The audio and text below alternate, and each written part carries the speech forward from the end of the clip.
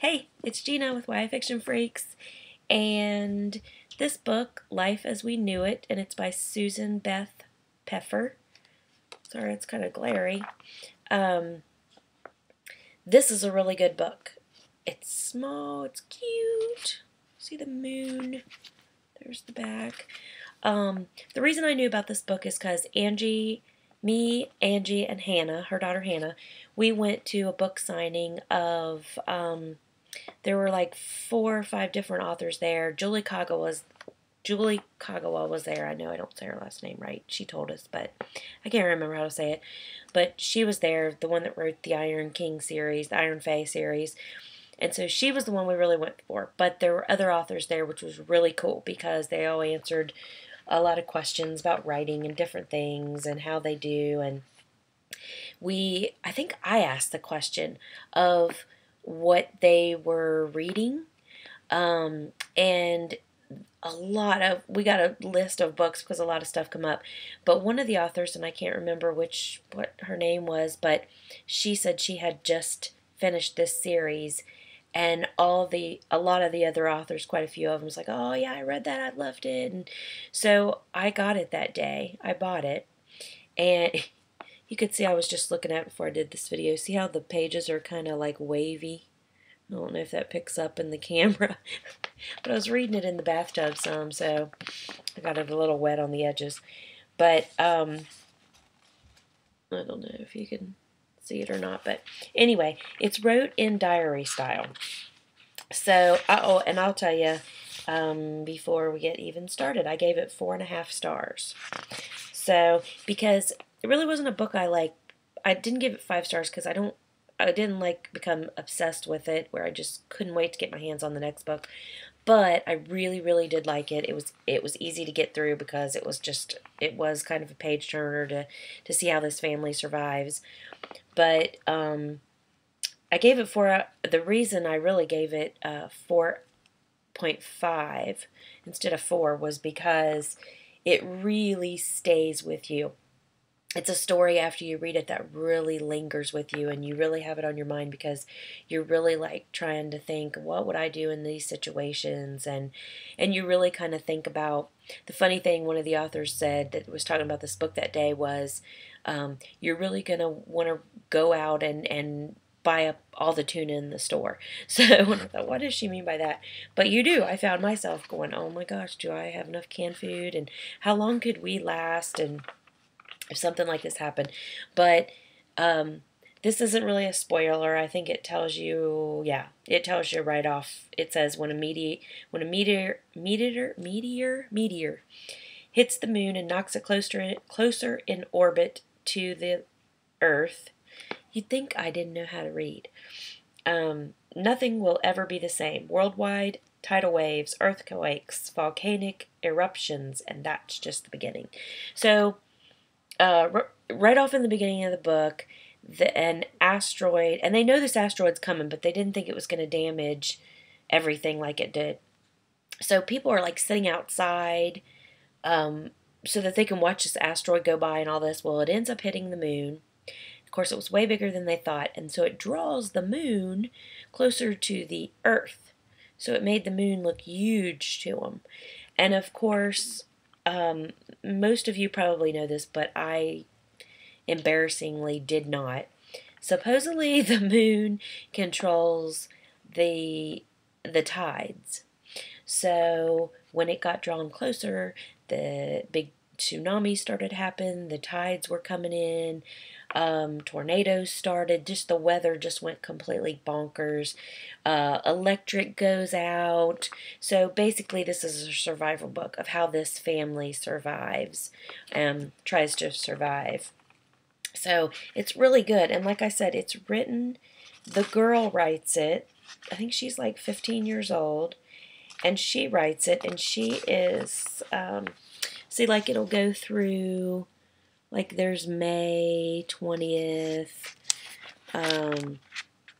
there's summer, it goes through the seasons, see, there's a date down there. So she's writing in a diary form, and it's really, really good. I can't remember her name because I've read a few books after reading this, so I can't remember the girl's name. But this is about the young girl and her family. And then I actually have read, which shoot, I should have got this ready for you guys, sorry. But on my Kindle, I read book 2. There's 3 books to this series. And the second one is called The Dead and the Gone. And I don't have that one because I got that on my Kindle.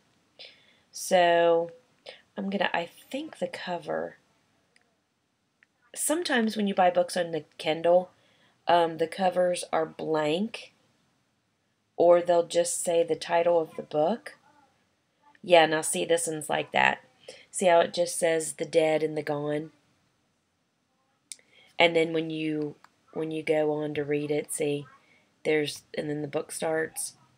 That's the one thing I really hate. But I found out that it's not Amazon, and it's not whoever you get the ebook from. It's the publisher, apparently, it's whatever they release to them in e-form. And I'll show you, since I've got you on here, I will show you, see, now here's High Society by Allie Carter. And that's really cool. I love to have the actual cover. Even though it's black and white, it still looks really cool. But some of them don't have it, and I don't know why that is. But anyway, I got Dead and Gone on here, and I read it. And it's actually about a young boy who's, I want to say he's like 17. He is 17 because he ends up turning 18. And that has something to do with the story, but I won't tell you.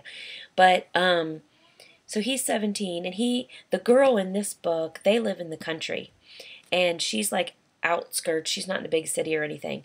But now The Dead and the Gone, he actually lives in New York City. And it's how him and his family, what they go through as they're trying to survive. And so it's really good too. And I'd give that one a 4.5 too. And I actually, I think I like the second one a little bit more.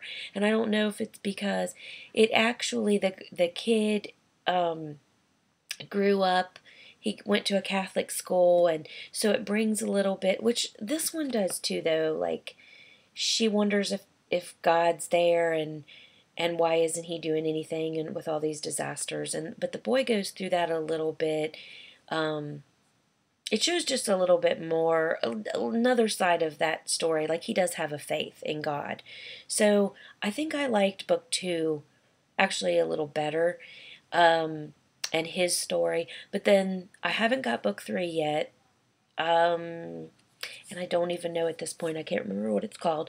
But book 3 is where the girl and the boy come together.